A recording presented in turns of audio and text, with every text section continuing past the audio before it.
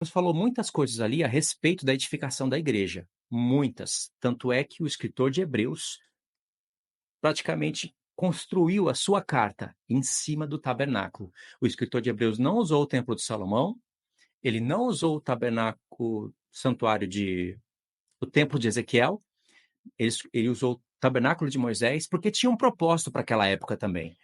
Porque tinha que ser Moisés, porque tem muitas repreensões dentro daquela carta sobre para os hebreus, para os judeus que estavam retornando para a antiga aliança por falta de conhecimento, mas eram pessoas que tinham crido em Jesus.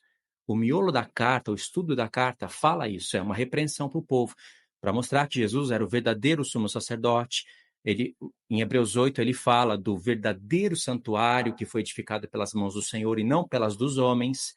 Verdadeiro porque o verdadeiro estava no céu, falava a nosso respeito, e aquele de Moisés não é que era falso, era sombra. Então Deus ele vai usar Moisés, os filhos de Israel e Josué para falar uma parte do plano do Senhor. Entendeu? Mas depois, eu separei aqui alguns textos para a gente ler, mas deixa eu ir prosseguir um pouquinho sobre o santuário. Depois o Senhor ele vai usar Salomão. Salomão ele vai edificar uma casa para o Senhor, lá em Jerusalém. Tem uma história para ser contada aí, porque existe um motivo para que o Senhor dê um modelo de uma planta, de uma casa para Davi, dá para Salomão edificar. Até nisso Deus pensou.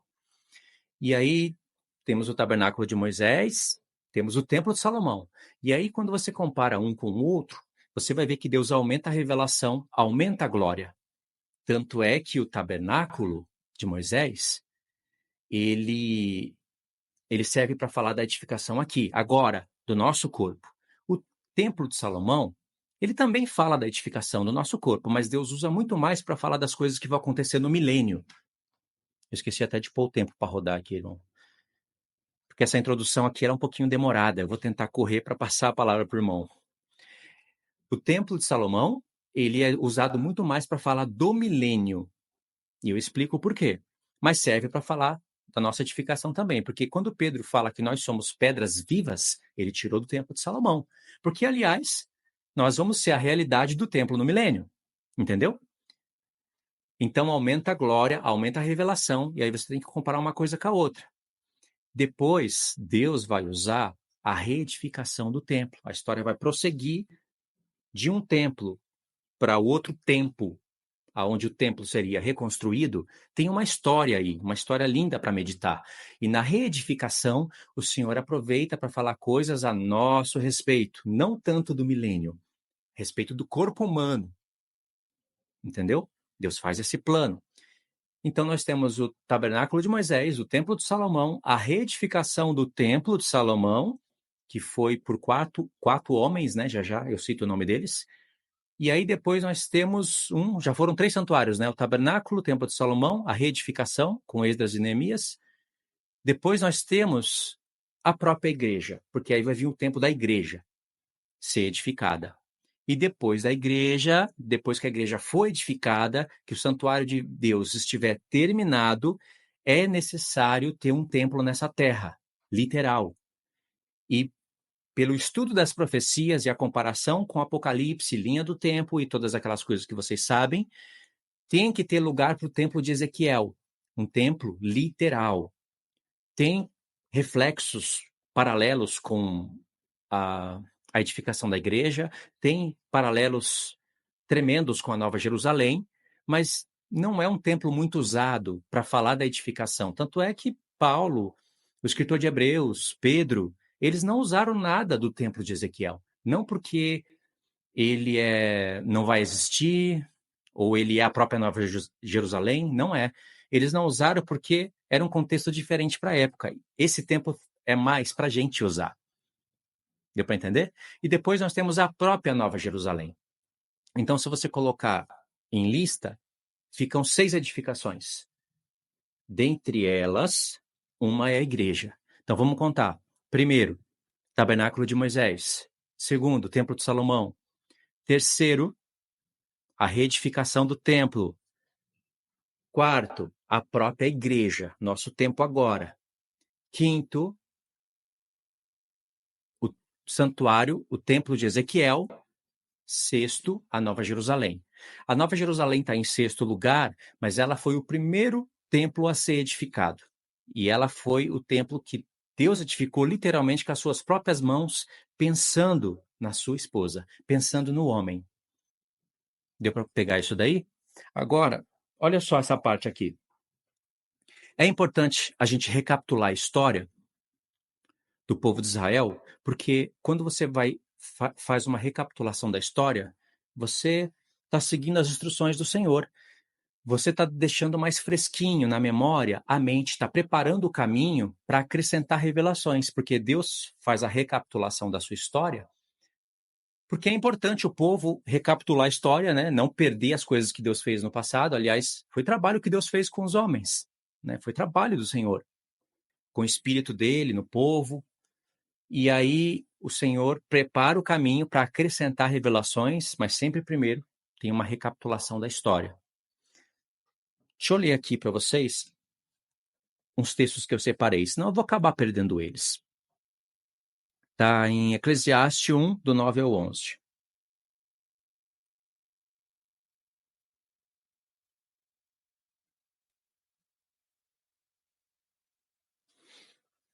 Vocês estão entendendo, né, o que eu estou falando? Tá pegando? Tá dando para entender?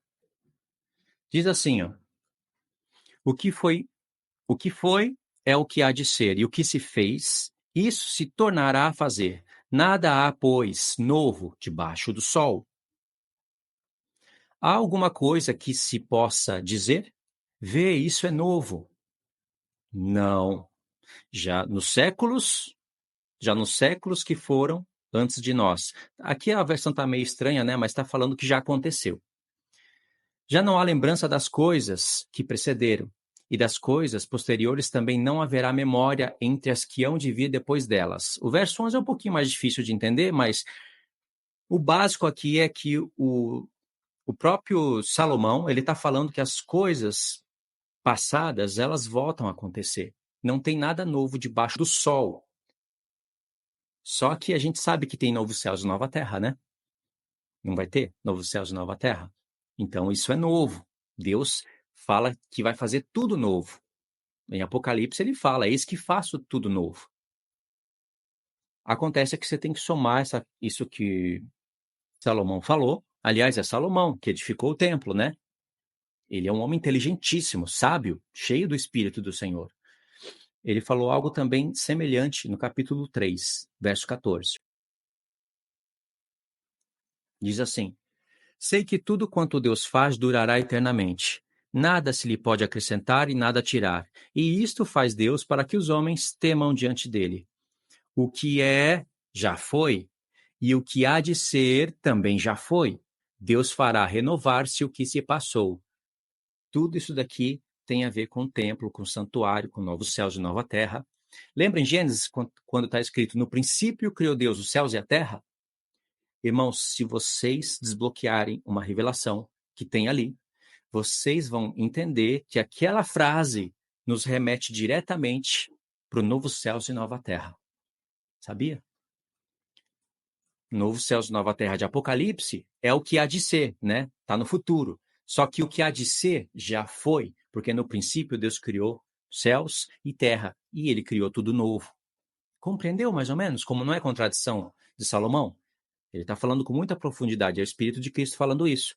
Em 1 Coríntios 10, Paulo também fala que as coisas que foram escritas em figuras, para que a gente possa aprender do Senhor, certo?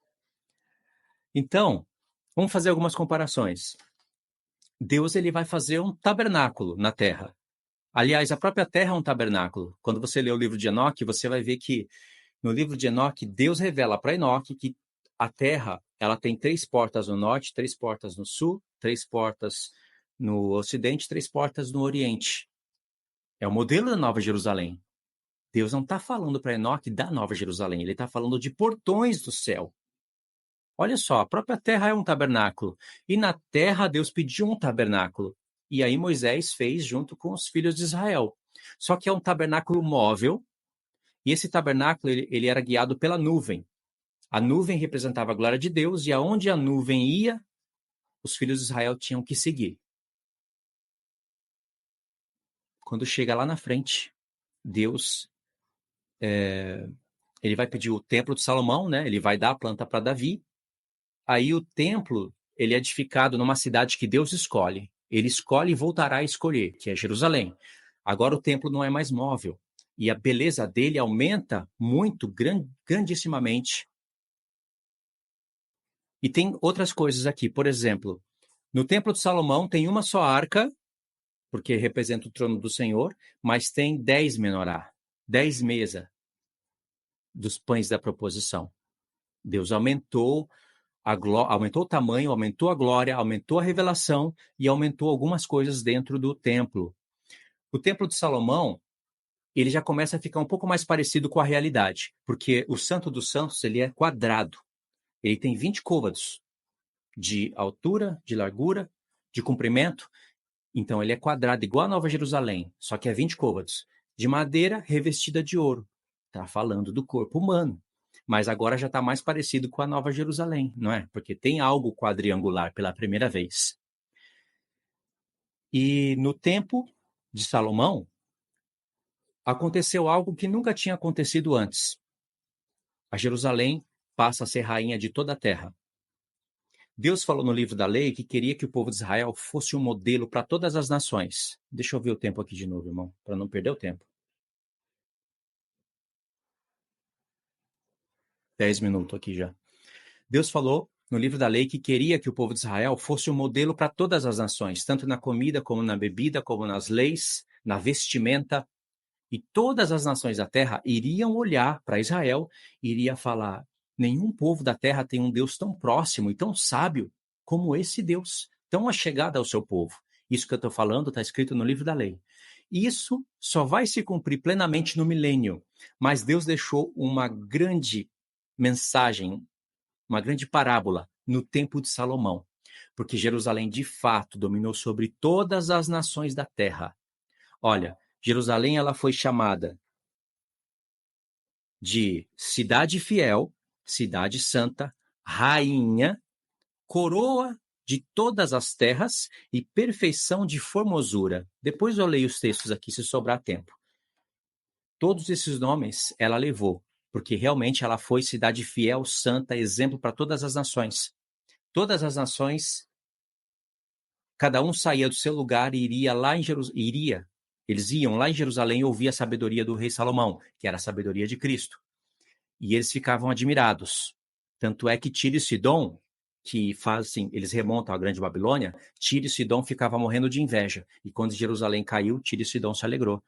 A rainha de Sabá não acreditava quando ouvia da sabedoria de Salomão. Então ela foi lá, está escrito lá em Reis, que ela foi lá, levou presentes para Salomão e disse que ela olhava os servos, a comida, todas as leis, e ela disse, olha, ela falou para Salomão, quando me falaram, eu não acreditei. Mas agora, vendo tudo isso, não me falaram nem metade. Olha só, hein? Que coisa tremenda. Então, foi uma grande parábola. Aí, irmãos, Deus vai usar Moisés e Josué para falar uma parte do plano de Cristo, das obras do Senhor. Mas ainda estaria incompleto. Mas ele já deixa uma mensagem através de Moisés e Josué. Qual foi a mensagem? Moisés, ele foi mediador, ele foi que edificou o tabernáculo junto com os filhos de Israel, né? Ele foi mediador da antiga aliança, Cristo seria mediador da nova. E Moisés, está escrito lá em Hebreus 9, depois vocês podem ler. Deixa eu ver se eu tenho o texto aqui. Hebreus 9. Agora eu não vou encontrar o texto, mas está em Hebreus 9. Moisés, ele aspergiu sangue sobre todo o povo, sobre o tabernáculo, sobre os utensílios, sobre o livro da lei, e aí houve o selamento da antiga aliança por aspersão de sangue de animais. Então ele fez essa mediação e foi mediador da aliança. Isso era uma parte da figura de Cristo. Cristo na cruz, ele aspergiu sangue sobre todo o seu corpo. O sangue do seu próprio corpo aspergido no seu corpo. Mediador de uma nova aliança. Só que Moisés não introduziu o povo na terra de Canaã.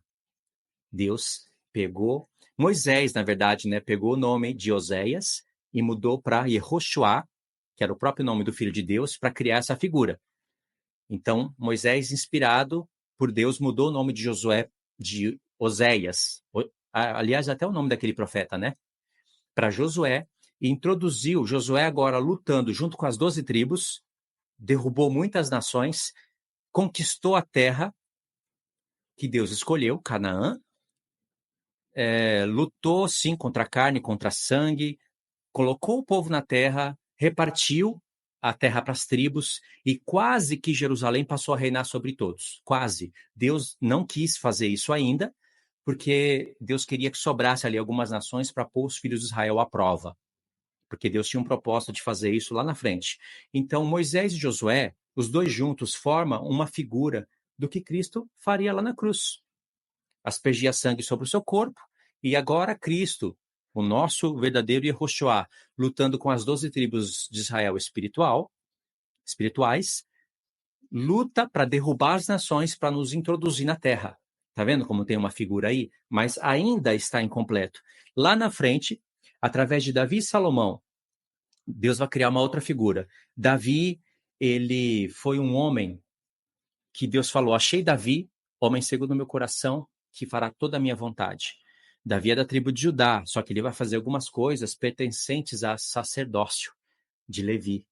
Não seria contradição, porque Deus já deixou esse testemunho, deixaria esse testemunho para a gente. Davi, ele unificou as duas casas de Israel. A gente não sabe o porquê, mas no tempo de Saul, houve uma briga nas tribos e elas se separaram. Não está escrito isso do jeito que eu falei, mas você vai ver que a casa de Judá estava separada da casa de Israel no tempo de Davi. E quando você lê Samuel, você vai ver que Davi unificou as 12 tribos em um só homem. Isso é tremendo, né? Davi reinou sobre as 12 tribos, mas ele teve que edificar. Ele teve que unir. Isso era uma figura de Cristo no futuro. Só que Davi não pôde edificar a casa para o Senhor. Davi usou roupa de sumo sacerdote, vocês sabem, né? Davi fez uma própria tenda, colocou a arca da aliança dentro da sua própria tenda. Davi recebeu a planta da casa de Deus e leis incríveis que foram passadas para Salomão. Aí Deus usa Salomão, o filho de Davi, que também apontaria para Cristo. A expressão filho de Davi no Novo Testamento fala de Jesus. Aí Deus usaria Salomão, filho de Davi, para falar outra parte do plano. Então Salomão edificaria o templo no lugar que Deus escolheu. Qual foi o lugar que Deus escolheu? Jerusalém. Quem conquistou Jerusalém? Davi, ele conquistou Hebrom, que fica... Judá fica no sul. Hebrom fica no sul. Hebrom era uma terra de Calebe. Josué deu para Calebe, mas depois os inimigos foram e tomaram. Davi conquistou Jerusalém e Deus falou: eu escolho Jerusalém. Aqui vai ser edificado o meu templo. Salomão edificou no Monte Moriá, que fica em Jerusalém, no mesmo lugar onde Isaac foi sacrificado e Jesus morreria no futuro. E aí a gente tem outra figura perfeita, né? Davi, ele une as duas casas, as 12 tribos, faz dela um reino de sacerdote. Por um tempo, Deus deixa essa figura, né? Depois, Deus dá ordem para Davi voltar às questões do sacerdócio levítico, porque a lei tinha que continuar como aio, né, para apontar para Cristo, mas Deus deixou uma mensagem ali, Davi. E Salomão vai e edifica o templo. Ou seja, Davi, uma figura de Cristo, e Salomão, também uma figura de Cristo, mas uma parte mais completa do plano, onde vai ter um templo edificado lá em Jerusalém, que eu disse que serve de figura para o milênio, né? E no tempo de Salomão, Jerusalém passou a ser rainha da terra, a perfeição da formosura, a coroa de todas as terras, a cidade fiel, a cidade santa, impecável. E ela foi exemplo para todas as nações, mas ainda não era o plano completo do Senhor, nem tinha vindo o filho ainda. Mas Deus já deixou uma mensagem ali, porque o que foi vai ser no futuro. O que há de ser já foi no passado. Lembra dos textos que eu li? Aqui a gente tem mais ou menos a história de Israel montada. Para quem conhece as duas casas, entendeu a mensagem que Deus deixou em Davi, quando ele unificou as tribos, porque por intermédio do pecado do Salomão, Deus quis separar as tribos, e aí tem toda aquela história, né, os profetas sendo levantados para as duas casas, para repreender as duas casas e para falar da volta, o retorno da casa de Israel, que haveria de ser rejeitada. Davi já tinha unido antes para mostrar o que Cristo faria no futuro a união que Cristo faria através do seu corpo para sempre. E aí a gente falou sobre a história do povo de Israel. Né? Eu fiz aqui o que eu pude, eu não pude ficar olhando muito tempo para o papel, porque senão eu ia me perder na fala. Mas tem mais coisas aqui, em determinado ponto a gente vai acrescentando. Em cima dessa história, nós vamos ter a reedificação do templo, lá nas mãos do sumo sacerdote Josué, filho de Josadac. Os nomes são todos proféticos aí, né? Sumo sacerdote Yehoshua, filho de Josadac, Deus é justiça. Zorobabel, e a edificação do templo ia terminar com Esdras e Neemias, tudo tipologia de Cristo. E a partir daí vai entrar as questões dos fundamentos, que o irmão Márcio agora, vou passar para ele, já passei de 25 minutos falando, eu não consegui falar em menos tempo. Daquilo que o irmão Luiz já está falando aí, e eu quero ler para vocês Esdras capítulo 2, versículos 62 e 63. E aí eu vou dar uma resumida na história. Diz assim, ó, o verso, se vocês puderem acompanhar, tá? Neemias capítulo 2, versículo 62 e versículo 63, né? É o capítulo mais longo de Esdras, tá? Vamos lá. Estes procuraram seu registro nos livros da genealogia, porém o não acharam, pelo que foram tidos por imundos para o sacerdócio. 63. O governador lhes disse que não comessem das coisas sagradas, até que se levantasse um sacerdote com o Urim e o Tumim. Essa questão de Urim e Tumim toca lá na vida de Davi, que ele era rei e de vez em quando oficiava como sacerdote ou como sumo sacerdote, como o Luiz falou anteriormente. Jesus hoje não está como rei, entende? Jesus está como sumo sacerdote. Mas haverá um tempo que Jesus vai ser rei e vai ser sacerdote. Então você veja que esse Urim e Tumim aplica-se para a volta de Jesus, para o milênio. E o contexto aqui, Esdras está falando da inauguração do templo. Ele começa falando da inauguração. E depois ele começa a detalhar como foi feito. Então, o verso 61 que a gente leu está dizendo de uma grande quantidade de gentios procuraram provar que eram israelitas. Nós somos israelitas, nós queremos edificar com vocês, a gente quer morar aqui, a gente quer ser sacerdote, como está escrito na lei, que Deus ia fazer, promessa, foi dada aos seus pais, etc, etc, etc. Mas não foi possível, eles foram rejeitados, foram tidos como imundos, porque não conseguiram provar que eram israelitas. E esse sacerdote que vai vir com Urim e Tumim é Cristo. Só Cristo pode apontar, esse pertence a mim, esse é da tribo de Israel, esse é da tribo de Levi, esse é da tribo de Judá. Entende? Aí você pode estar pensando assim, fala, bom, mas hoje no Novo Testamento, Cristo já não pode fazer oficiar como esse Urim e Tumim? Não, porque o Urim, o sumo sacerdote, quando ele queria consultar Deus, além da oração, eles tinham aquela maneira de lançar sortes. Pega 12 pedrinhas, né? Cada pedra tem um nome. Ele vai jogar para cima e vai segurar uma. Aquela pedra que ele segurou, que ele lançou sorte, ele vai olhar, vai ter o nome de uma tribo. Ah, então a vontade de Deus é essa tribo aqui, ó. Isso tem que ser feito nessa tribo. Então é mais ou menos desta forma que era feito, né, a consulta a Deus por sumo sacerdote, além da oração, além do livro da lei e outras coisas más. Prova evidente disso você vai ver em Atos, quando Judas se suicida, é preciso colocar um novo apóstolo no cargo e eles vão lançar sortes para poder ver quem que vai ser ocupar o cargo de apóstolo. E a sorte vai cair em Matias, entende? Mostrando que o Urim e o Tumim ainda não está presente. Porque se Jesus estivesse presente com o Urim e o Tumim, ele mesmo podia dizer, este pode ser sacerdote, este pode ocupar o cargo. Então, é mais ou menos esse momento em que Esdras está falando da inauguração, mostrando que os gentios não podem edificar junto. Edificar junto, não podem ser sacerdotes, não podem ministrar, não podem comer coisa santa, não podem ser envolvidos com a obra de Deus. Então, alguns precisaram voltar para trás, outros se divorciaram e não puderam fazer parte. E ainda o governador, no caso é Neemias, né, vai mandar eles aguardar, espera, quando tiver um sacerdote que oficie como sacerdote, né, que seja o Urim e o Tumim, seja rei e sacerdote, ele vai julgar a causa de vocês. Mas como a gente sabe que esse camarada é Jesus, né, a galera, né, não teve como esperar. Aí Neemias vai dar um parecer diferente com relação a esse assunto aqui, ó. Deixa eu ler para vocês mais um texto aqui, ó. Neemias capítulo 11. Diz assim, ó. Verso 1. Os príncipes do povo habitaram em Jerusalém, mas o seu restante deitou sortes para trazer um de cada 10, para que habitasse na santa cidade de Jerusalém. E as 9 partes permaneceriam em outras cidades. Verso 2. O povo bendisse, abençoou todos os homens que voluntariamente se ofereciam ainda para habitar em Jerusalém. Olha só o contraste. Tanto lá naquela história que Neemias está falando no início, de maneira resumida, compactada, né? Depois ele vai detalhar, Neemias está mostrando aqui a relação do povo que ia morar em Jerusalém depois da inauguração do templo, e aí ele está mostrando aqui, ó, que o povo de Israel, não mais judeu e a tribo de Benjamim, mas sim Israel mesmo, 12 tribos, abençoa qualquer um que quisesse morar em Jerusalém por sua própria vontade. Ou seja, não tinha restrição, não está tendo restrição para alguém que queira morar em Jerusalém.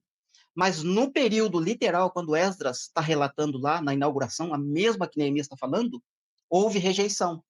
Os judeus não permitiram, né? Então, agora sim, eu quero falar um pouquinho do início lá, do que aconteceu, então, para estar dando essa contradição, tanto no que Neemias está escrevendo, no que Esdras está falando lá. Os dois estavam juntos edificando. Os dois viram a inauguração. Por que que na hora de escrever, Esdras escreve uma coisa na inauguração e Neemias está escrevendo coisa contrária ao que Esdras está falando? Então, vamos entender. 515 535 a.C., inicia-se a reconstrução deste templo. Ciro fez o decreto, os judeus voltarem e podiam morar em Jerusalém e reconstruir o templo. Só que quem voltou foi só a tribo de Benjamim e a tribo de Judá. Se você ler o livro de Esdras atentamente, você vai ver que só tem 2 tribos e alguns levitas. 2 tribos só. E eles começam a edificar, como o Ciro mandou, e vai estar edificando. De repente, chega aos gentios. De repente, vai chegar aos gentios. E é para lá que eu quero ler para vocês. Olha o que aconteceu. Bem rapidinho aqui. Esdras, capítulo 4, versículo 1. É o versículo que revela quem é que está lá presente na edificação. Diz assim, ó. Ouvindo os adversários de Judá e de Benjamim, que os que voltaram do cativeiro edificavam o templo do Senhor, Deus de Israel.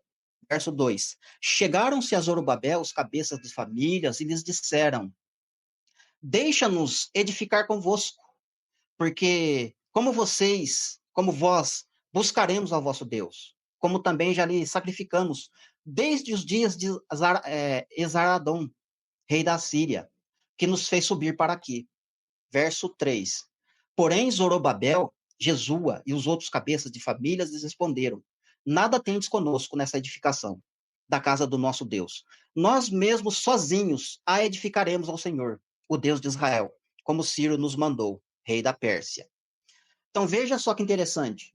A tribo de Judá e a tribo de Benjamim saiu do cativeiro, estão indo para Jerusalém e vão edificar. Está escrito que Ciro ia fazer isso, literalmente, e fez. E eles estão edificando. Como Efraim, que são as 10 tribos, o reino do norte, está entre as nações na dispersão pelo Império Assírio, e como o Império Babilônico foi o império que derrotou a Síria, o rei da Assíria falou para esses estrangeiros, para esses gentios, quando o povo judeu voltar para a terra deles, eles vão edificar o templo. E aí os gentios podem ajudar na edificação. Né? Eu estou falando disso de cabeça, mas está escrito, tá? Não estou tirando assim para encher mas fala, para formar a história. Isso está escrito, tá? Então, os gentios devem ajudar essa edificação. E como os gentios chegam lá para edificar, e eles não puderam provar que eram israelitas, ia procurar na genealogia, não consegue encontrar. Hoje mesmo, se a gente for num cartório, eu quero saber de qual tribo que eu sou. Dificilmente a gente vai conseguir provar que é israelita, entende? Falando aqui de uma maneira espiritual. Então, foi o que aconteceu com esse povo. Como estava Judá e Benjamim lá edificando, e falou assim, vocês não são israelitas, vocês não podem edificar com a gente. E aí houve guerra, e a obra precisou paralisar. Porque os gentios falaram, não, então a gente vai descer a marreta no que vocês fizeram aí. É importante a gente compreender. A obra fica paralisada 11 anos, tá? Ciro morre, sai de cena, o filho dele fica reinando por 11 anos, o filho de Ciro não, como é que se diz, não mete o dedo dele, ele não toca nesse assunto e fala, esse negócio de edificação não quero nem saber. Então ele não toca nesse assunto. Termina a fase do filho de Ciro por 11 anos de reinado, aí vai entrar Dário. Dário começa a reinar com 62 anos de idade, nome profético. Na semana 62, o ungido é morto. Olha só que tremendo isso, hein? Na semana 62, o ungido é morto e já não estará, né? Falando aqui de Daniel. Só que é o ungido que vai fazer essa edificação. Então, quando Dário assume o poder, Dário vai fazer um decreto. E no decreto de Dário, os gentios devem, é obrigação ajudar no templo. Aí os judeus têm que aceitar. Eles não ajudam financeiramente, ou com broco, com tijolo, com cimento, com pedra. Mas eles ajudam com sacrifícios de animais, elementos dos dízimos, que a gente sabe que é pessoas, né? Dízimo é pessoas. Então os gentios ajudaram desta forma na edificação. Só que o início da edificação, quando você está lendo em Esdras, antes de chegar a época de Dário, você vai ler lá, Deus não está com os olhos em quem está edificando. Mas a partir do momento que Dário entra em cena, com 62 anos de idade, Dário faz o decreto, e aí o texto, né, vai dizer, os olhos de Deus estão em cima daqueles que estão edificando. E é os mesmos, né? É os judeus que estão lá edificando. Mas por que os olhos de Deus agora estão em cima dos que estão edificando? E antes da guerra não estava com os olhos lá? O que aconteceu? Então a gente percebe que mudou o cenário. Os gentios estão ajudando nessa edificação. E aí, além de estar ajudando, quem que Deus levanta? Deus levanta Ageu e Zacarias para animar o povo, profetizar para o povo edificar. É interessante, quando você está lendo Ageu escreveu que o povo atendeu a profecia de Ageu e fizeram a vontade de Deus. Mas o povo literal não atendeu, porque se tivesse atendido aquela voz profética de Ageu, o templo não seria derribado, não seria destruído. Apontando que o povo que atendeu a voz de Ageu somos nós, que estamos edificando. E essa obra não é paralisada, não teve guerra, não está tendo paralisação. O rei da Assíria está permitindo a edificação ser feita, como Esdras escreve, né? Que Deus amoleceu, trabalhou no coração do rei da Assíria para que nós pudéssemos edificar, terminar a obra sem problemas. Mas após Dário estar presente, Dário é uma figura de Cristo vindo na primeira vinda, entende? Duas testemunhas, aí a edificação está sendo feita de maneira que agrada a Deus e os olhos de Deus estão nessa edificação. Mas ainda vai vir o terceiro decreto sobre essa edificação. Porque quando eles estão edificando, mesmo Ageu e Zacarias presente, chegaram mais gentios para olhar a edificação e falar, por que vocês estão construindo de novo? Quem que deu ordem? Foi Dário que deu ordem. Aí eles vão escrever uma carta, essa carta vai ser dirigida para Artaxerxes, né? E a Artaxerxes vai ler a história. O povo vai falar assim, se você buscar nos registros, você vai ver que essa cidade rebelde, essa cidade mal, sempre trouxe problemas, sempre foi rebelde. Reis poderosos reinaram aqui e a gente sempre passou por dificuldade. Mas aí, se o senhor ver lá nos decretos, o senhor vai ver que tem decreto lá que é para ser edificado, sim.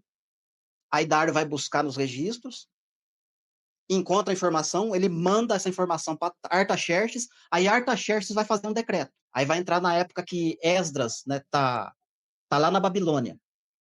Tá lá na Babilônia, Neemias está lá em Suzã, no Irã, né, atual Irã hoje. Os dois estão fora, né, da sua terra. Por quê? Aí que tem um mistério, queridos. 535 até 515 foi feita uma edificação, uma inauguração, e começou a funcionar o templo. Tanto Esdras quanto Neemias, depois da inauguração, Esdras volta para a Babilônia e Neemias volta para Suzã. 70 anos mais tarde, Esdras volta de novo para Jerusalém, de mala e cuia, para morar e para restaurar o culto. 100 anos mais tarde, Neemias vai voltar para edificar os muros de Jerusalém, mas não o templo. Então, só aí a gente já tem umas mensagens, né? Parábolas que Deus está mostrando. Houve uma construção em 515, por que quase 400 anos antes de Cristo está tendo outra edificação? Fala de Cristo e igreja? Sim, mas tem coisas aí, né? Para a gente analisar. Então, quando eles voltam, e aí Artaxerxes vai fazer um decreto para essa reconstrução ser retomada, Deus aproveita para profetizar o milênio. Porque aí Neemias vai falar, eu estava lá em Suzã, na capital do reino, estava servindo vinho. Quem serve vinho é Cristo, vinho é palavra, né? Em abundância, apontando aqui para o milênio, vamos dizer assim. E aí ele vai falar: olha, eu preciso voltar lá para minha cidade, do sepulcro dos meus pais, porque a cidade foi destruída, está assolada, eu quero reedificar os muros da cidade, onde meus pais foram sepultados. Aí o rei Artaxerxes fala: mas o que você está me pedindo? Quanto tempo você vai ficar para fora, Neemias? Ah, aí eu dei um certo prazo lá, que eu voltaria, e de tempos em tempos eu voltaria para trazer relatório para o rei Artaxerxes, né? Ou seja, tempos determinados, né? As festas mostram isso. De tempos em tempos, há uma ida na presença de Deus para estar apresentando ali as festas em tempos determinados. Mas o interessante é que nessa conversa de Neemias e Artaxerxes, quando Artaxerxes vai responder para Neemias ir, o texto vai dizer: estando a rainha ao seu lado, aí a gente para um pouquinho e pensa: peraí, que rainha é essa que está do lado do rei Artaxerxes? O rei Artaxerxes está dando um terceiro decreto. Esse decreto toca no milênio. Se você ler o decreto, está no capítulo 7 de Esdras, o decreto de Artaxerxes. Você vai ler lá, você vai ver que você não consegue encaixar para o nosso tempo as coisas que ele fala. Por exemplo, quem desobedecer a minha ordem vai ser punido imediatamente. Quando é que o pecado vai ser tratado imediatamente? Né? No milênio? Então, o decreto de Artaxerxes é dessa forma. Ele está falando para quem está no milênio. A esposa, né, do cordeiro, que é a igreja, a rainha, porque ela está com a coroa na cabeça, ela é rainha. Tendo a rainha sentada ao lado de Artaxerxes, ele deu a resposta, falou: Neemias, pode ir lá edificar a cidade, então, que foi assolada. Parece que entra em contradição, porque a gente está falando de uma edificação, foi feita a edificação, e quando é que foi destruída essa cidade para Neemias estar indo edificar de novo? É aqui que entra o detalhe, da gente entender a profecia. Se a gente entender que 70 anos não está falando de 70 anos literais, mas sim 70 semanas, Neemias está escrevendo, tanto Neemias quanto Esdras está escrevendo para a gente olhar para o futuro. Eles não estão escrevendo aquilo que eles estavam vivendo. Eles estão escrevendo com consciência o que os profetas estão falando.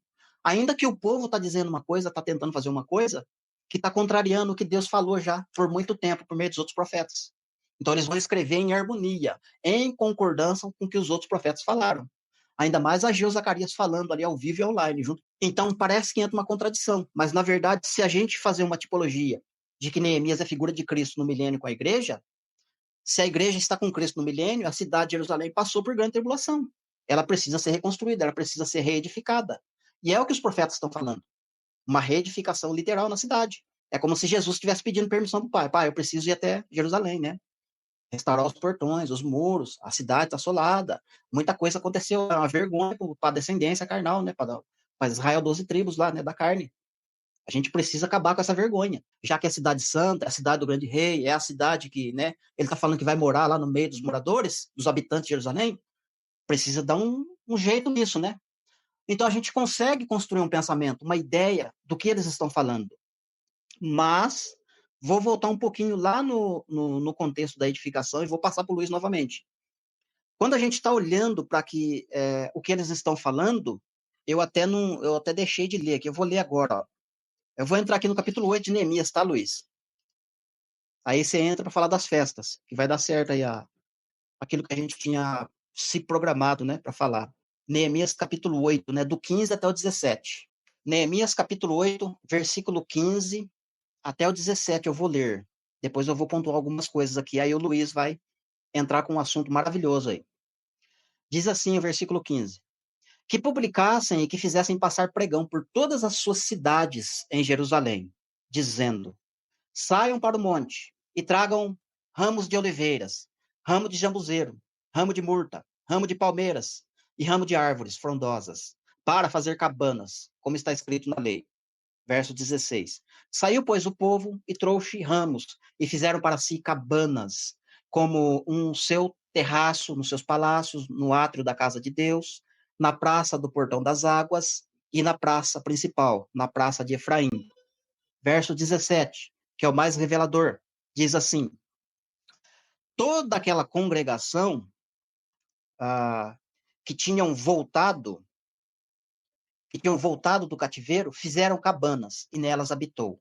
Porque nunca fizeram assim os filhos de Israel, desde os dias de Josué, filho de Num, até aquele dia. E houve muito grande alegria. Então vamos lá. Então, o que Neemias está retratando aqui? Ele está falando da festa dos tabernáculos. Ele está mostrando alguns eventos que aconteceu na festa do tabernáculo. No início do capítulo 8, ele fala, olha, chegou o 7º mês, que cumpre trombeta, expiação e tabernáculos, chegou no 7º mês, todos os filhos de Israel se ajuntou na cidade como se fosse um só homem. E aí ele começa a trabalhar uma ideia, construir um pensamento. Ele começa a buscar texto, buscar a história de Israel lá no passado, vai falando, fala de festas, vem vindo para falar da festa do tabernáculo. E por último, ele vai tratar da festa dos tabernáculos.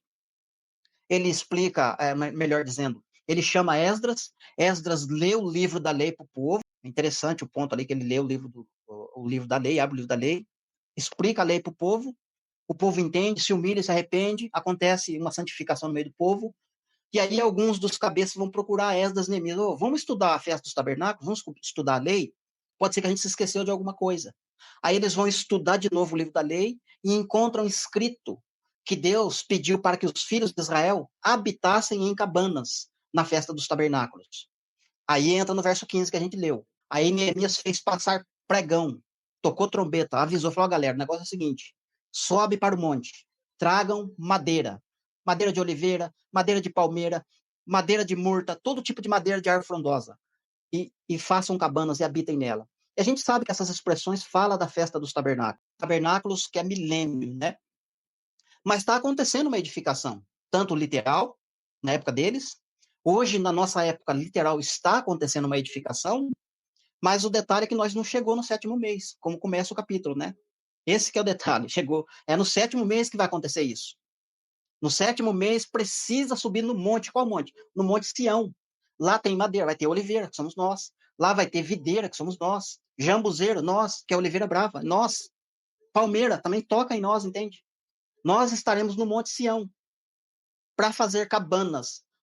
Nós não vamos precisar de cabana, de tabernáculo literal. Nós temos ali a adoração que vai ser feita, que é mais profunda, através do sacerdócio de Melquisedeque. Mas vai ter essa festa do tabernáculo sendo celebrada pelos israelitas, 12 tribos, na carne, que vai ser literal, vai acontecer isso. Só que Deus quer mostrar através dessa festa, desse evento, né, profundo, que já vai estar no milênio. Quem, tanto nações restantes quanto 12 tribos, vai olhar para o Monte Sião, que é a igreja, vai enxergar essas madeiras, né? E vão falar, é daquela forma que Deus quer que a gente edifique, né? É aquele tipo de edificação, aquele tipo de cabana que a gente tem que construir. Ou seja, entra para um nível mais profundo de edificação. Profundo na maneira de explicar, mas ao mesmo tempo ela é literal para quem está edificando. Né? Não sei se eu consegui me expressar. Mas então, quando toca essa parte de entrar para a festa dos tabernáculos e buscar madeiras, falando aqui de homens, né, que a árvore fala de homens, você entra lá no profeta Ageu, capítulo 1, versículo 8, ele vai falar. Ele repreende o povo primeiro, vários eventos, né? Depois ele fala, vocês querem me agradar? Querem me servir? Sobe no monte. Qual monte? Monte Sião. E tragam madeira. Desta casa eu vou me agradar. Mas hoje eu não estou no Monte Sião. Eu posso falar, espiritualizar aqui, eu vou espiritualizar a edificação. Até que o escritor de Hebreus, capítulo 12, fala: chegaste ao Monte Sião, chegaste à cidade do Deus vivo. Mas Paulo também fala que eu já ressuscitei com Cristo, mas eu ainda não ressuscitei. Paulo fala várias coisas sobre a minha vida, mas que ainda não aconteceu. Mas ele está olhando para o futuro, que vai ocorrer. Mas ele escreve como se tivesse acontecido. É como se fosse uma pegadinha, né? Uma charada. Então, se a gente não se atentar para as frases e não entender a profecia a fundo, a gente começa a olhar assim e pensar que já se cumpriu. Como muitos vão dizer, né? Já se cumpriu, já foi feito o tempo, já está pronto. Mas, na verdade, é as camadas de revelação e de entendimento que são aplicadas em cima do texto. Então, queridos, quem estava falando, o tabernáculo aponta para nós, que está no nosso futuro, o 7º mês ainda não veio, e os filhos de Israel ainda não estão em Jerusalém, entende? Nada disso aconteceu ainda. Mas quando isso acontecer, vai acontecer essas coisas que eles estão escrevendo. E eu vou parar por aqui, daqui a pouco eu volto para acrescentar mais coisas dentro daquilo que eu falei. Neemias 8 eu li, e eu acho que agora o Luiz vai querer falar de Zacarias 8, se eu não me engano. Mas vou passar aqui para o Luiz. Luiz, continua aí, Luiz. Tá certo. Então, irmãos, vocês entenderam, eu entendi perfeitamente o que o irmão Márcio quis mostrar, porque Tem pessoas que enxergam um plano da camada da revelação, mas não enxergam mais, porque elas mesmas se limitaram.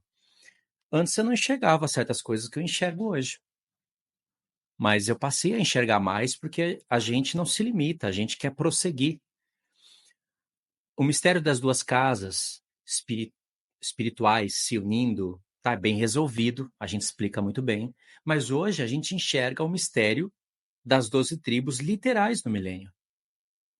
Bem resolvido. Mas para isso, para você chegar nessa resolução, você precisa atentar para as profecias de Ezequiel, principalmente de Ezequiel do 40 ao 48. Enquanto o irmão Márcio falava, usava a reedificação do templo, que fala claramente a respeito do corpo de Cristo, ele já visualizava algo que ocorrerá no milênio também. E, aliás, nós vamos falar um pouquinho mais sobre isso. Tá ouvindo aí, irmão Márcio? Deu uma travada? Ah, é que você parou numa pose assim, eu pensei que tinha travado. Pensei que tinha travado. Tá certo, então.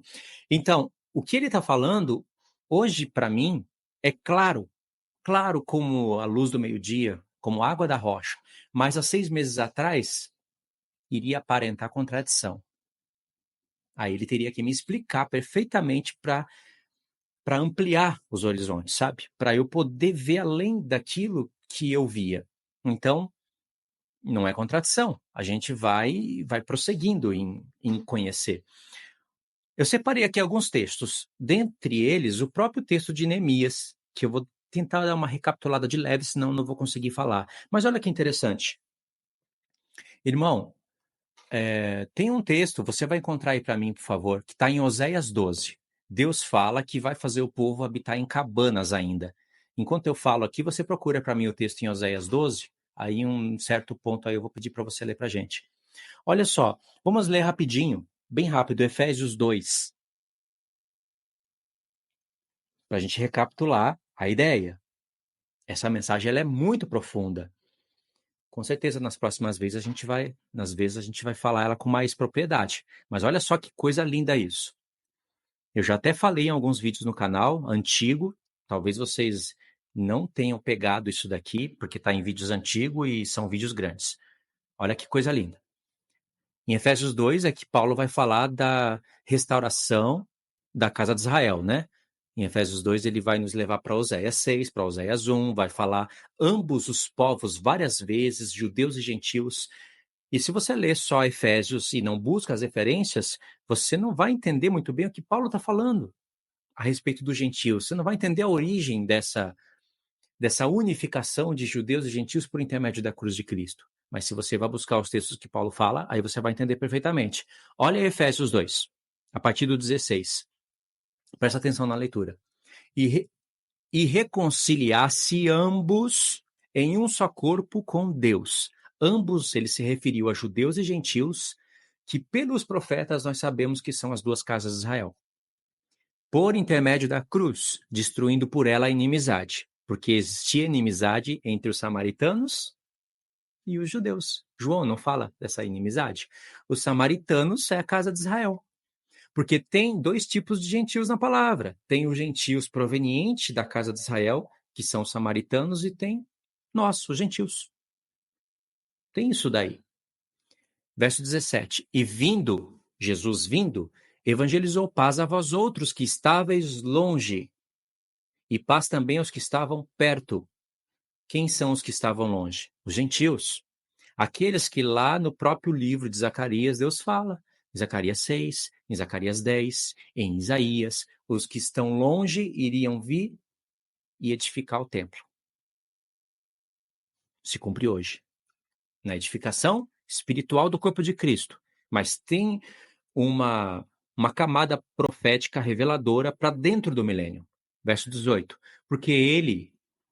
Porque por ele ambos temos acesso ao Pai em um só espírito. Assim já não sois estrangeiros e peregrinos, mas concidadãos dos santos e sois da família de Deus. Olha que texto lindo, irmãos. Quando você entra em Cristo, se você estava longe, ele te traz para perto, e os que estavam perto, ele traz para mais perto ainda. Ele quer pôr. Os judeus estavam perto, porque eles tinham a lei, eles eram guardião, guardiões da Torá, eles tinham expiação, tinham tudo, estavam perto, mas não estavam em Cristo. Os gentios e os judeus vão ser postos em Cristo. E aqui diz que agora nós não somos mais estrangeiros e peregrinos, como nós estávamos aí pelo mundo, sem Deus. Ele fala isso em Efésios 3. Sem Deus, sem fé, andando na dureza do seu coração. Em Efésios 4 ele fala isso. Então nós éramos estrangeiros para o povo de Deus, peregrinos. Agora nós não somos mais estrangeiros e peregrinos. Mas Pedro vai usar essas mesmas expressões para falar que agora, para o mundo, nós somos estrangeiros e peregrinos. Ou seja, nós somos estrangeiros para o mundo agora, peregrinos nessa terra, porque aqui não é nossa morada, mas antes era ao contrário, entendeu? Isso é muito bonito, eu acho muito bonito. E aqui entra a parte da edificação, verso 20. Edificado sobre o fundamento singular dos apóstolos e profetas, sendo ele mesmo, Cristo Jesus, a pedra angular, no qual todo o edifício bem ajustado cresce para santuário dedicado ao Senhor, no qual também vós juntamente estáis sendo edificados para a habitação de Deus pelo Espírito. Ou seja, um santuário está sendo edificado agora. E essas expressões aqui, o fundamento dos apóstolos e profetas, Cristo a pedra angular, ele tirou de Zacarias 8, aonde Deus manda as duas casas de Israel esforçarem as suas mãos para edificar o templo. Talvez a gente lê isso, mas tirou de Zacarias. E Zacarias, junto com Ageu, profetiza a reedificação do templo. Está vendo a aplicação agora para o templo do corpo de Cristo? Mas vocês vão entender que existe uma aplicação ainda para o milênio, porque a palavra do Senhor é mais do que a gente imagina. Agora, olha só, no Efésios 2, tem um fundamento, que é Cristo, tem os fundamentos, que são os apóstolos, vocês sabem que eles são fundamentos. Aliás, está lá na Nova Jerusalém, né? A cidade tem 12 fundamentos e nele escrito o nome dos apóstolos. E nós estamos sendo edificados neles, certo? Para formar um santuário. O modelo é a Nova Jerusalém. Então, tem um santuário aqui em Efésios 2 sendo edificado. Olha Efésios 3, que coisa linda. Vou dar uma corrida aqui, porque eu gastei tempo demais no 2. Efésios 3. Por esta causa me ponho de joelhos diante do Pai, de quem toma o nome toda a família, tanto no céu como sobre a terra. Olha que coisa linda, a união das famílias. Para que, segundo a riqueza da sua glória, vos conceda que sejais fortalecidos com poder, mediante o Espírito no homem interior. Aqui já tem Jeremias 31.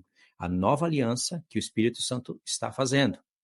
Colocando as leis no nosso coração. O Espírito no homem interior é o que Deus prometeu. Por Jeremias.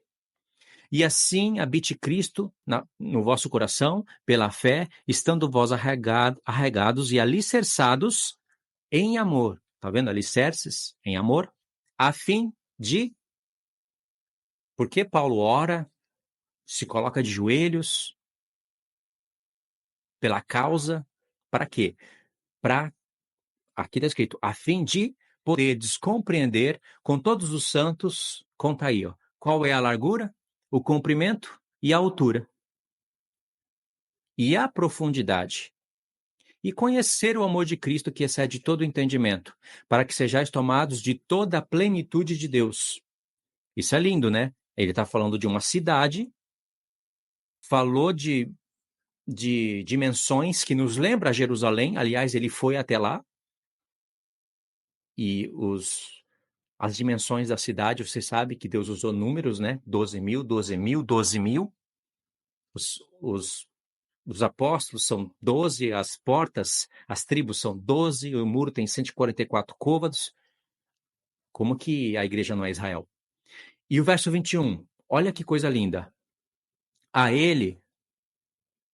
Não, verso 20. Ora, aquele que é poderoso para fazer infinitamente mais do que tudo aquilo que pedimos ou pensamos, conforme o seu poder que opera em nós. A ele seja glória na igreja em Cristo Jesus, para todas as gerações, para todo sempre. Amém. Verso 20, porque esse é o verso da beleza do texto. Ora, aquele que é poderoso para fazer infinitamente mais tudo quanto pedimos ou pensamos, conforme o seu poder que opera em nós. O que que tinha na mente de Paulo para ele falar o verso 20? Você sabe que esse verso 20 aqui é usado para prosperidade, para um monte de baderna, mas as pessoas que usam esse texto para prosperidade jamais vão poder compreender isso que eu vou falar, a não ser que tenham um estudo aprofundado.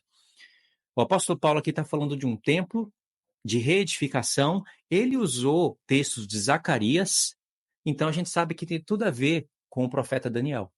Porque o profeta Deus falou ao profeta Daniel que a partir do momento que fosse dado o decreto para edificar Jerusalém, os muros de Jerusalém, a cidade, haveriam 70 semanas e elas seriam repartidas. E esse decreto foi dado primeiramente por Ciro, Dario e Artaxerxes, que até o irmão aí colocou algo mais profundo ali, né? Em Artaxerxes. Foi em Artaxerxes, né? Que era a figura de Cristo que você colocou, né? Então tem a ver com o profeta Daniel. Irmãos, quando Jerusalém estava assolada, Daniel, quando estava para acabar os 70 anos de cativeiro, ele foi orar. E ele orava pelo templo, ele estava pedindo pelo santuário de Deus. E ele também orou pela casa de Israel. Ele orou, está lá em Daniel 9. Pode ver que ele orou pela casa de Israel, que seria os gentios no futuro. E Deus falou: vou responder essa oração. E respondeu na hora. E Deus, na hora que foi responder Daniel, o profeta Daniel, ele falou das 70 semanas, só que no que Deus respondia o profeta Daniel, Deus pensava na igreja. Daniel pensava em Jerusalém, literal, e num templo. Deus pensava na igreja. Deus foi poderoso para fazer infinitamente mais do que aquilo que Daniel pedia e imaginava. Daniel não imaginava que aquilo que Deus estava falando, que ia tirar pecado, fim de transgressão, trazer justiça eterna, selar a visão e a profecia, ia recair sobre homens de povos, línguas e nações perdoados e formado o santuário de Deus. Daniel não sabia disso. Deus fez infinitamente mais. Tá vendo? Não é bonito isso? Isso serve de exemplo para a gente. Deus, ele pode fazer infinitamente mais do que aquilo que a gente está falando agora. Por isso que existe o 8º dia. Paulo falou que ouviu coisas inefáveis que não pode falar para o homem. Mas nós vamos saber disso um dia, né? Aí, irmão, você está com o texto aí de Oséias 12? Estou. Pode ler. Vou pegar daí do 6, é o verso 9 que fala. Vou pegar do 6 só para contextualizar aqui. Converte a teu Deus, guarda o amor e o juízo, e o teu Deus espera sempre. Ou seja, no teu Deus espera sempre. Efraim, mercador, tem nas mãos balança enganosa e ama a opressão. 8. Mas diz, contudo, me tenho enriquecido e adquirido grandes bens, e em todos esses meus esforços não acharão em mim iniquidade alguma, nada que seja pecado. Ou seja, Efraim está com o nariz erguido, né? Aí Deus vai falar: mas eu sou o Senhor teu Deus, desde a terra do Egito, e eu ainda te farei habitar em tendas, como nos dias de festa. Até aqui, ou você quer que se prossiga? Até aí. Até aí. Lembra que você estava falando da festa dos tabernáculos? Então, Sim. como no dia de festa. E Deus prometeu que vai fazer eles habitarem em tendas ainda. Aonde a gente fecha essa profecia? Aonde você fecharia essa profecia? Eu Se pensei fosse. em. Vai lá, continua. Eu poderia dizer que essa profecia está falando do povo que vai habitar os 3 anos e meio finais, lá no deserto. Eles vão habitar em tendas. Eles não vão construir casa. E de lá vai ter nações. Presta atenção nisso que eu vou falar, que não vai dar para explicar tudo, mas vocês vão pegar. De lá do deserto, Deus vai chamar nações para povoarem o milênio. E dessas nações, presta atenção nisso, que eu vou explicar isso em um outro momento, talvez não nessa live. Talvez a gente continue até mesmo com o irmão Márcio. Dessas nações, Deus vai chamar pessoas para se cumprir Ezequiel 47. As tribos literais no milênio vão ser formadas de nações que vão restar. É um convite que Deus vai fazer para todas as nações. Hoje, voluntariamente, nós entramos para as tribos de Israel. Nós não sabemos de qual tribo nós somos, porque o plano é espiritual, mas Deus sabe. Isso vai se repetir no milênio com uma glória menor nas nações. Vão ter nações, vai ter o Egito por todo o milênio, vai ter a Síria, vão ter outros reinos, mas todos eles vão para Sião. Lembra de Isaías 4, Miqueias 4? Não, Isaías 2, Miqueias 4. As nações, poderosas nações, vão buscar o Senhor em Jerusalém e eles vão dizer, vamos para Sião, porque de lá sairá a lei. Eles vão ter instruções e eles vão receber convites para preencherem as tribos literais de Israel. E eles vão ter que abandonar as suas casas. É um convite de Deus, é voluntário, não é obrigatório. É obrigatório todas as nações guardarem os mandamentos, não profetizarem falsa profecia em nome do Senhor, está em Zacarias 13, e darem graça ao Senhor, renderem glória a Ele. E todos os anos, para a festa dos tabernáculos, isso é obrigação, mas não é obrigação fazer parte das tribos, mas é voluntário. Quem quiser fazer, vai abandonar os seus limites, as suas nações, e vai fazer parte dos limites de Israel para preencherem as tribos literais. Isso é É o que eu li, tremendo, irmãos. é o que eu li em Neemias 11, né, Luiz? Isso, é uma. Se você pegar isso que eu estou falando, com o que você falou, com Ezequiel 47, com Êxodo, você tem esse plano maravilhoso do Senhor. Ou seja, vão ter as 12 tribos literais. Assim como tinha no passado, vai acontecer novamente. Só que Deus recrutou reis e sacerdotes da ordem de Melquisedeque, as 12 tribos espirituais. Nós entraremos pelas portas da Nova Jerusalém e teremos acesso ao Pai. Jeremias falou assim: um trono de glória foi estabelecido antes da fundação do mundo, o qual é o lugar da nossa habitação. Jeremias já falava isso pelo Espírito. Talvez ele não tinha completo entendimento do que falava, mas ele falou isso e vários outros profetas confirmam com textos assim, que a gente nem imagina que existe.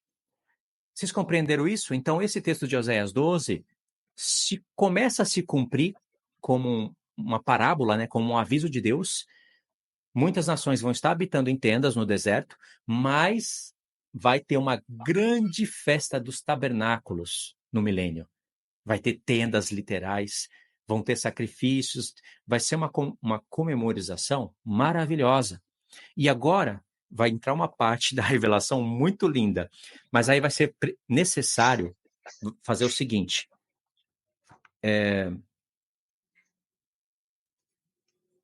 O irmão Márcio vai explicar para vocês, faz de maneira resumida, irmão, para você poder gastar um pouquinho mais de tempo Beleza. nos textos de Neemias. A festa, Deus mostrando já como iria acontecer a festa lá da Páscoa no Egito, depois primícias em Canaã, trombetas, e aí a gente chega até a expiação. Quando chegar na expiação, eu vou ler Neemias 8 aqui, aí a gente fecha aquele pensamento, para vocês entenderem qual é a conexão desse ponto com o que eu estou falando aqui, com habitar em tendas, com uma grande festa dos tabernáculos. Nossa, é maravilhoso isso, irmãos. Tá bom, Luiz. Eu vou ler Pode aqui, ó. contar a história aí, irmão. Eu vou ler um versículo só. Esdras, capítulo 3, versículo 10. Vai dizer assim, ó. Quando os edificadores lançaram os fundamentos do templo do Senhor, apresentaram-se os sacerdotes paramentados e com trombetas nas mãos, e os levitas e os filhos de Asaf, com símbolos para louvarem o Senhor, segundo as determinações de Davi, rei de Israel. Então, qual que é a chave aqui? Né? Esse versículo é revelador, assim como os outros que a gente vai começar a pontuar agora. Primeira coisa que começa no capítulo 3 de Esdras. Chegou o 7º mês, eles estão no 7º mês. A edificação de Esdras e Neemias aponta para a edificação de Cristo com a igreja. Entende? 7º mês ainda não chegou para mim, não chegou para nós, entende? O 7º mês é o Apocalipse, é as 3 últimas festas: trombetas, expiação e tabernáculos. As 3 festas vão se cumprir em 15 dias, literais, mas entendendo a profecia que são tempos determinados por Deus. Mas essas 3 festas ainda não começaram, só que Esdras está falando. Quando chegou o 7º mês, quando os edificadores lançaram os fundamentos, no plural, veja que não está falando de um fundamento, está falando de fundamentos, no plural. Os sacerdotes trocaram de roupa, olha só que interessante, e colocou-se trombeta nas mãos. Quando é que eu vou trocar de roupa? Quando é que vai ter trombetas nas minhas mãos? Hoje está tendo trombeta, claro, mas vai ter uma trombeta que ela vai ser literal, né? Ela vai causar dano na terra. A trombeta de hoje que está sendo anunciada é proclamar o evangelho, anunciar o ano aceitável do Senhor, etc, etc, etc. Mas vai chegar uma hora que essa festa das trombetas ela vai ter um sentido literal e vai ter o ciclo pela última vez para dar o cumprimento literal na festa, com Cristo e a igreja. Trombetas. Então, vamos recapitular aquilo que eu já falei, Luiz já falou, só para a gente introduzir o assunto dos fundamentos. Os profetas, tanto antes quanto depois de Neemias e Esdras, possuíam um fundamento, que é Cristo. Cristo é a pedra principal, a pedra angular. Ele é a principal pedra, e a pedra foi colocada no início da edificação. Antes da guerra, antes da paralisação da obra, já tinha sido colocada uma pedra. Olha só que interessante. Só que aquela pedra é um fundamento, e é Cristo.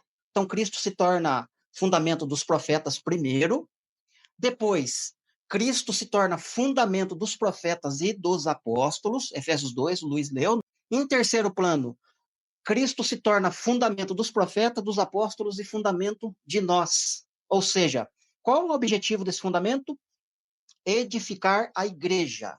Cristo é o fundamento que não pode ser mudado. Eu não posso lançar outro fundamento, Paulo vai falar. Então, essa pedra é Cristo. Ele é o fundamento dos profetas, dos apóstolos e nós. Só que o detalhe é que Esdras está falando que foram colocados os fundamentos, não está falando de um fundamento. E detalhe, como aquela pedra que foi colocada em primeiro lugar, que é a principal pedra, nós somos pedras vivas, fazemos parte desse edifício, entende? Então está sendo construído um fundamento, uma base, um baldrame, entende? O baldrame de um prédio ou de uma casa é feito com muitas pedras, não é só uma pedra que é feita, entende? Quando é colocado o baldrame, a base, o alicerce que fica debaixo da terra, aí eu posso edificar em cima dessa base, entende?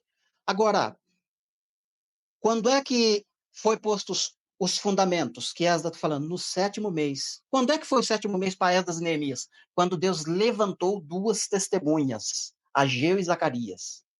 Então, as 2 testemunhas ainda não foram levantadas, literalmente, entende?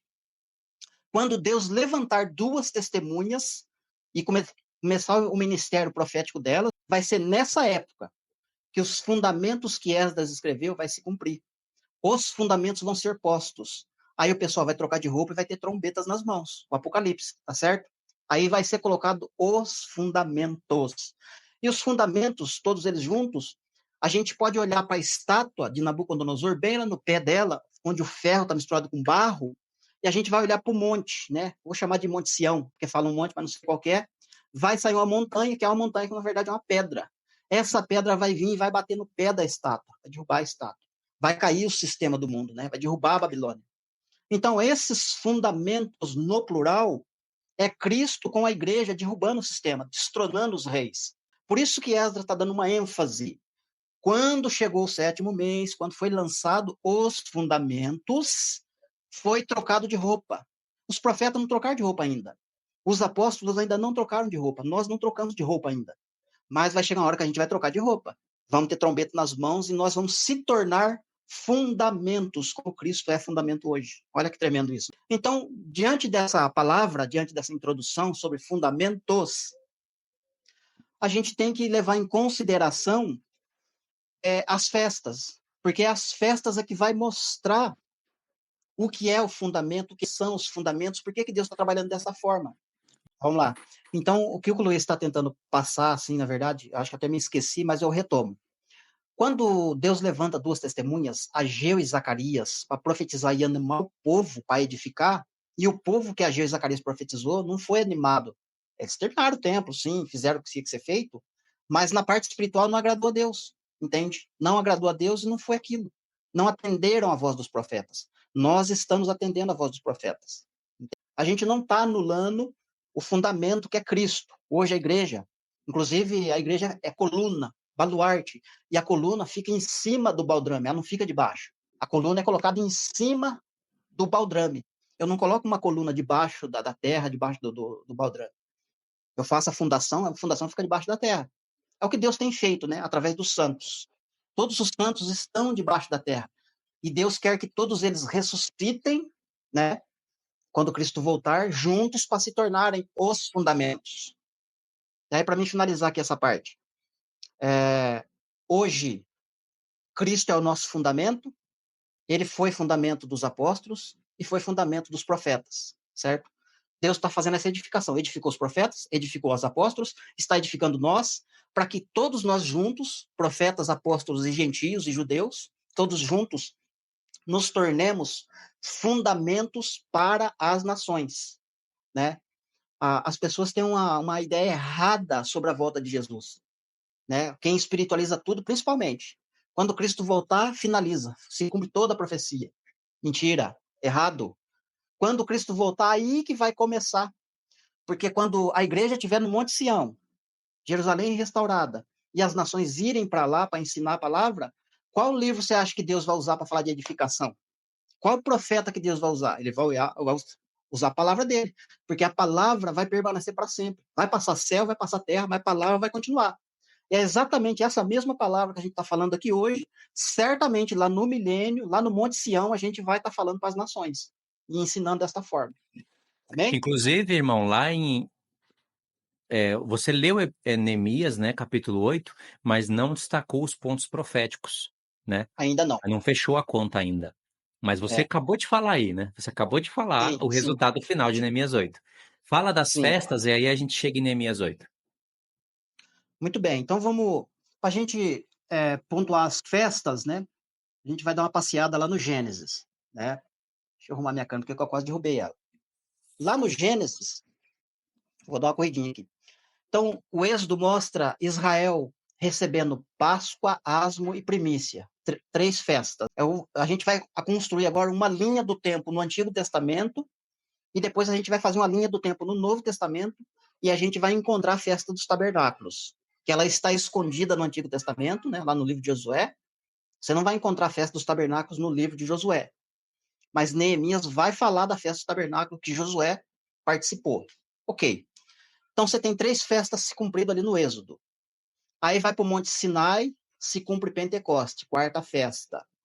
A quinta festa vai se cumprir com as muralhas de Jericó ruindo, os sete sacerdotes tocando as trombetas, tá certo? As três festas do Êxodo, né, que seria Páscoa, Ázimo e Primícias, está falando de Cristo ressuscitando, né, e dando abertura para nós sermos aceitos diante de Deus. Isto é, quando eu estou olhando para Páscoa, Ázimo e Primícias, eu estou olhando para os evangelhos, vendo o cumprimento dessas três primeiras festas, ok? Então eu estou lendo o evangelho e olhando lá essas três primeiras festas. Quando eu chego no livro de Atos, se cumpre a quarta festa, o Pentecostes, o mesmo evento que aconteceu lá no Monte Sinai, onde o monte tremeu, fumegou, relâmpago, vozes, toque de trombetas, etc. E Deus desceu ali no monte. Aquele era o Lembrando dia que 50, viu, irmãos? é isso Era que o eu ia dia falar agora. 50. Então pode. Se você contar da saída do Egito até chegar no Monte Sinai, vai dar dia 49, que é a contagem lá para o dia 50, que é o Pentecostes. E é a mesma contagem que a gente faz quando Jesus ascende aos céus, melhor, desde a morte dele até chegar o dia do Pentecostes. Vai dar um dia 50 também, quando desceu o Pentecostes, o Espírito Santo. Então, essas quatro festas, a gente consegue trabalhar elas assim, bem tranquilinho, né? Sem muito problema. Eu sei que pode ter alguém ainda pode ter alguma dificuldade. Mas quando chega nas festas das trombetas, por exemplo, para nós ainda não chegou a literalidade das trombetas. Mas lá no livro de Josué, a gente vai ver as trombetas sendo tocadas. E o povo, os habitantes de Jericó, estão ouvindo os toques de trombeta.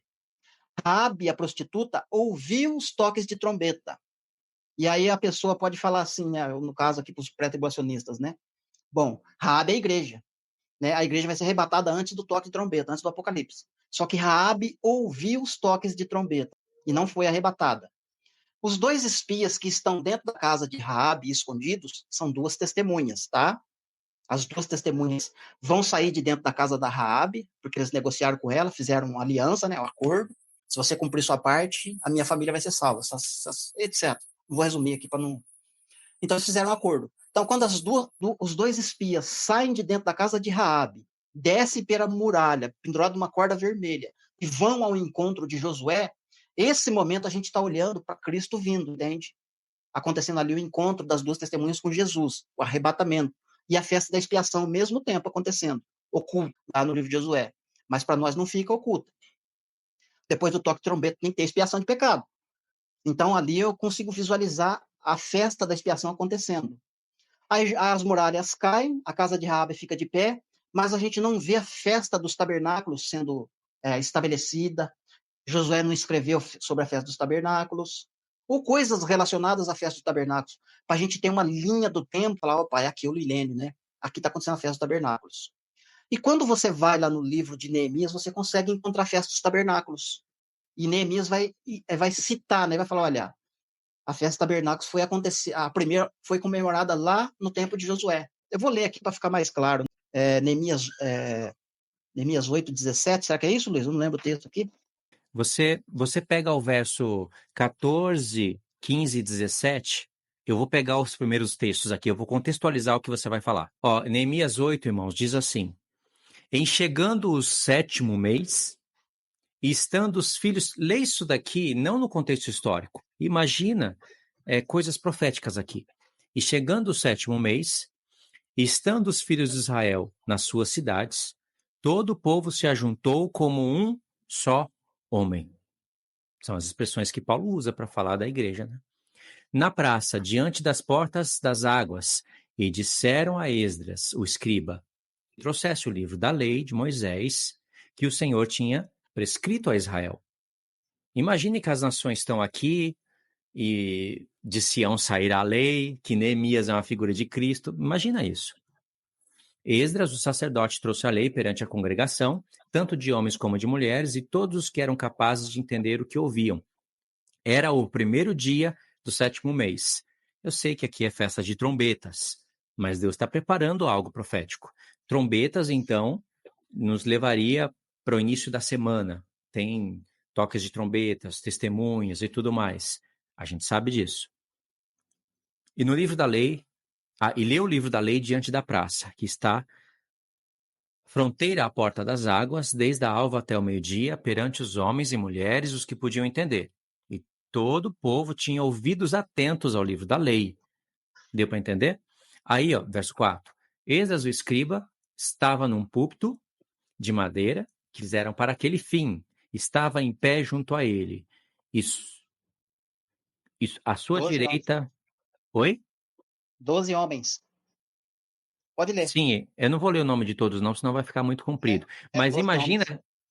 imagina que Deus deu um toque aqui pra gente, deu um aviso, ó, mês 7, dia 1, trombetas. E aí você vai ver, lê aí agora os versos 14, 15 ou só o 17, o que achar melhor. Pode Não, é ser o então. 17, é o 17, desculpa, é o 17, foi uma confusão.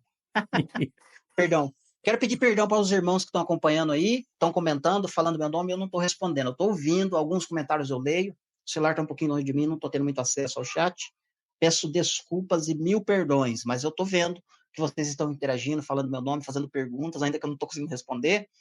Mas em outro momento a gente pode fazer uma live de perguntas e respostas e eu posso ficar mais de stand-by para vocês, né? Hoje a gente está muito, muito focado aqui no assunto, que é muito importante, e assim, é um assunto novo para nós, essa questão dos fundamentos, e a gente quer fundamentar, a gente quer trazer essa ideia para que mais para frente fique mais fácil de explicar, né? Porque é bem difícil, queridos. Tem que Se a tomar gente não tiver cuidado, porque enquanto a gente fala, tem que tomar cuidado para uma camada de revelação mais profunda não contrariar a outra. Então, esse é o cuidado que a gente tem que tomar, né? Por isso que não dá para ficar muito ligado exatamente. nas coisas. Ok. Vai, pode falar. Então vamos ler aqui, ó. Toda a congregação dos que tinham voltado do cativeiro fizeram cabanas e nelas habitou. Essa primeira parte eu vou explicar. Que congregação que voltou do cativeiro? Quem que está no cativeiro no 7º mês? Não é a igreja? Tanto a igreja quanto os judeus lá na época da grande tribulação, entende? toda a galera que saiu do cativeiro, por isso que a gente tem que entender as camadas. Quando você está lendo Isaías, que vai falar de Ciro, Ciro libertará os cativos e vai construir a casa de Deus.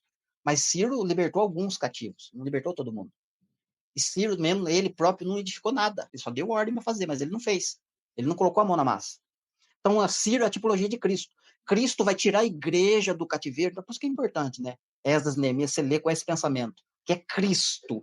Quando a galera do cativeiro sair, a igreja todinha sair do cativeiro, vão habitar em cabanas, entendendo a festa dos tabernáculos. Aí a parte B. Porque nunca fizeram assim os filhos de Israel, desde os dias de Josué, filho de Num, até aquele dia. E houve muito grande alegria. Então, olha só que interessante. Quando eu leio sobre Davi, Salomão, essas edificações, ali no capítulo 7 do Evangelho de João, tem uma festa do tabernáculo ali tremenda. Mesmo assim, Neemias não citou essa festa. Mas Neemias falou, olha, toda aquela congregação que saiu do cativeiro, fizeram cabana e habitaram nela. Ou seja, participaram da festa do tabernáculo. E os filhos de Israel nunca fizeram assim. Desde os dias de Josué, filho de Num. Qual Josué? Aquele lá da prostituta Raabe. Daqueles dias. Naqueles dias, houve uma festa dos tabernáculos, que Neemias está contando, e Deus permitiu a gente ter essa visão, porque ele está olhando para o Armagedon, entende? A batalha de Jericó é o Armagedon do Antigo Testamento, né? A gente está olhando para o Apocalipse 19, entende? Então, eles nunca celebraram a festa do tabernáculo, desde os dias de Josué. Isso é muito tremendo. Ou seja, mostrando que a festa do tabernáculo que está escondida em Josué, Neemias está mostrando aqui, né, através do Espírito Santo. Como nós ainda não participamos da festa dos tabernáculos e vamos participar, né, isso está falando de nós também, entende? Então é muito profundo, né, essa parte aí da festa dos tabernáculos, né? Quer comentar Sim, alguma coisa, não? sim. A conexão dos primeiros textos que eu li para a explicação do Márcio tem que ficar atento. Eles se congregaram todos juntos como um só homem, é um momento sublime. Destacou a festa das trombetas e pulou para uma grande festa dos tabernáculos, não falou da expiação. Fica subentendido que tem uma expiação grandiosa para o futuro. Ficou subentendido aí. Por que vai pular a expiação? Não quer dizer que eles não fizeram. Eles fizeram, mas o Senhor chamou a atenção para a gente. Por que não falou da expiação? A festa mais importante, assim, para expiar os pecados. E destacou uma tremenda festa dos tabernáculos e ainda jogou a gente lá para o tempo de Josué, falando, olha, desde os dias de lá, que houve uma festa muito grande lá, desde lá nunca houve uma igual. E lá em Josué a gente não vê a festa dos tabernáculos. Lá em Neemias a gente não vê a festa da expiação. Tá entendendo a grandiosidade disso? Teve uma grande festa lá nos dias de Josué. E passou por Davi a glória de Salomão, onde Jerusalém foi rainha de toda a terra, belezura, formosura, sabe, reinou sobre tudo. Não houve uma festa ainda igual a que houve naquele dia.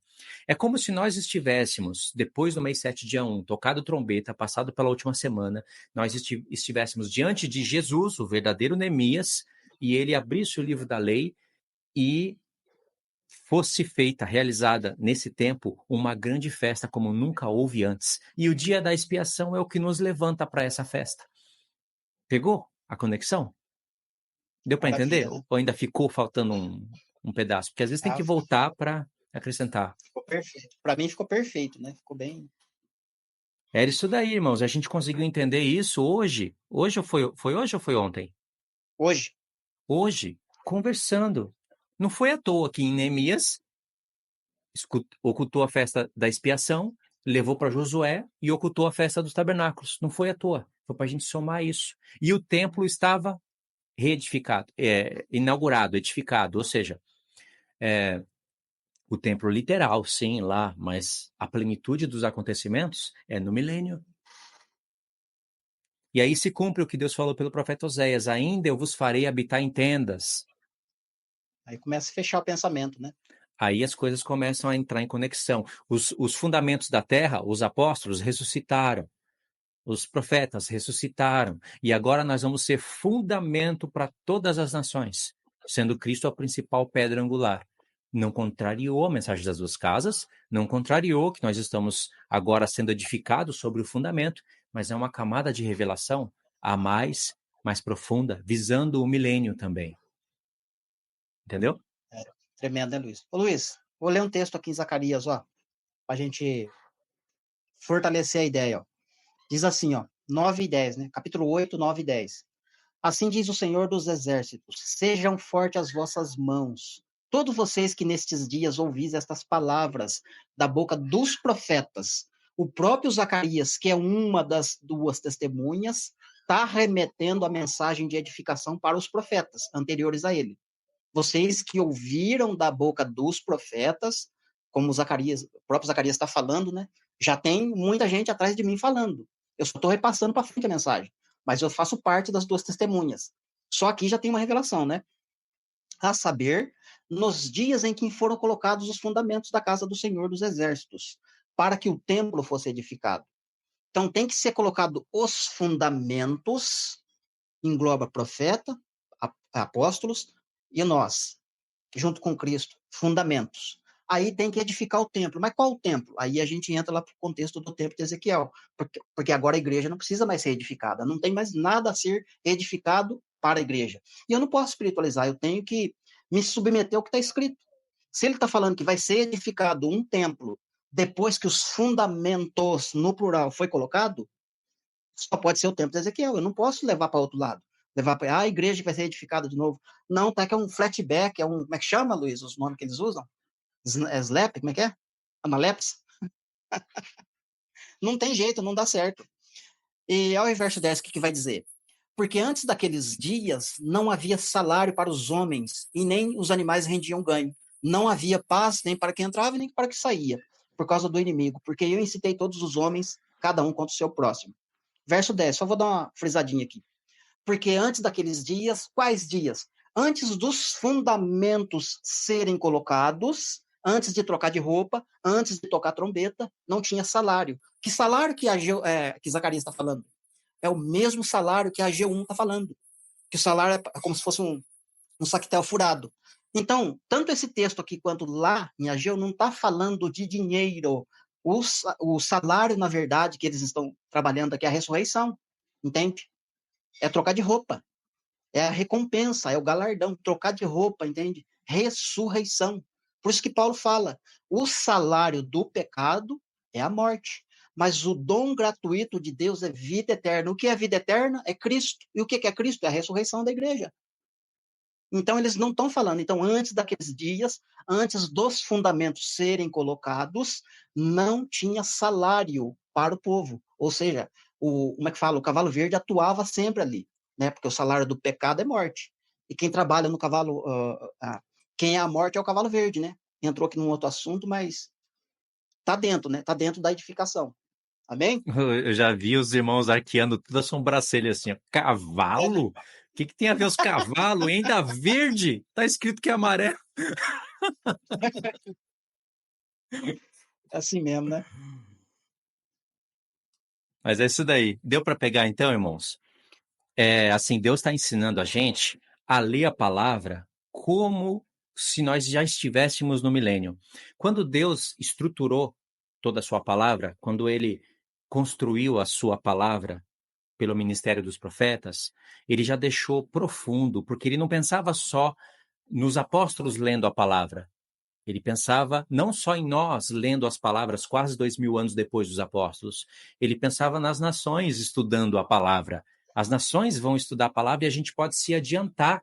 Nós podemos nos imaginar como nações lendo a palavra. Olha, nós lemos Neemias de uma maneira que vai ser lido lá no milênio. Nós já nos antecipamos. Nós não fizemos um analepse somente, nós fizemos um prolepse. Fomos lá no futuro, imaginamos como vai ser as coisas, não anulamos o contexto histórico e estamos ensinando isso no presente. Isso é grande. São olhos de águia. Hein, Luiz, enquanto você estava falando, eu lembrei de uma coisa aqui, né? Você imagina assim, né? Já que a gente está fazendo esse processo de a volta daqueles que não foi, né? Para o futuro, não foi ainda. Agora imagina se a gente está lá no milênio, com Cristo, governando, ensinando as nações. Aí chega um belo de um dia, vai estudar um assunto de edificação, por exemplo. Aí Jesus vai olhar e falar assim: ô Luiz, tem que explica para ele sobre edificação aí. E aí ele vai falar: usa aquele texto lá que eu te dei quando você morava lá no Japão, por exemplo, né? Qual que é a imaginação da gente fica desta forma? Por que a gente pensa desta forma? Porque a gente tem que levar para esse lado, queridos. Porque se Deus está falando que no futuro, lá de Jerusalém, do Monte Sião, vai sair os ensinamentos, não vai ser ensinamento novo, não, vai ser aquilo que está escrito, né? Vai ser escancarado, né? Ainda mais, vou ficar mais feliz se Deus falar ainda, olha, do mesmo jeitinho que você falou lá aquele dia, naquela reunião tal, fala de novo para as nações. Poxa, Ou, olha que tremendo. ou ensina, mas não fala aquela besteira que você falou, não. Aquilo ali eu perdoei, aquela É, heresia. tipo, porque Deus é humor, né? Ele tem que ter humor, né? Ele não vai ser, né? A gente tem aquele negócio de santidade, que é sério, né? Deus, né? Ó, não dá risada que eu faço cair um raio, hein? Não é desta forma, né? Então a gente tem que levar para o lado humorístico de Deus, né? Não, pelo Mas é que menos na minha cabeça a conta está fechando. Sabe quando a conta fecha e você tem confirmação pela palavra, né? Pelo tempo. É claro que às vezes a gente viaja, né? Entra numas viagens que não tem fundamento, mas na cabeça de quem viaja faz sentido. Mas faz sentido, né? vocês podem pôr a prova, né? Pelos profetas, olha quanta conexão aqui. Tem que conhecer as duas casas de Israel, as festas, né? Para pegar. Se não passar por esse processo, pelas duas casas de Israel restaurada pelas festas, é impossível compreender isso daqui. É verdade, né? Muita comida, né? Muita comida, não tem jeito. Então tá certo. Acho que deu. Fechou, né? Vamos finalizar?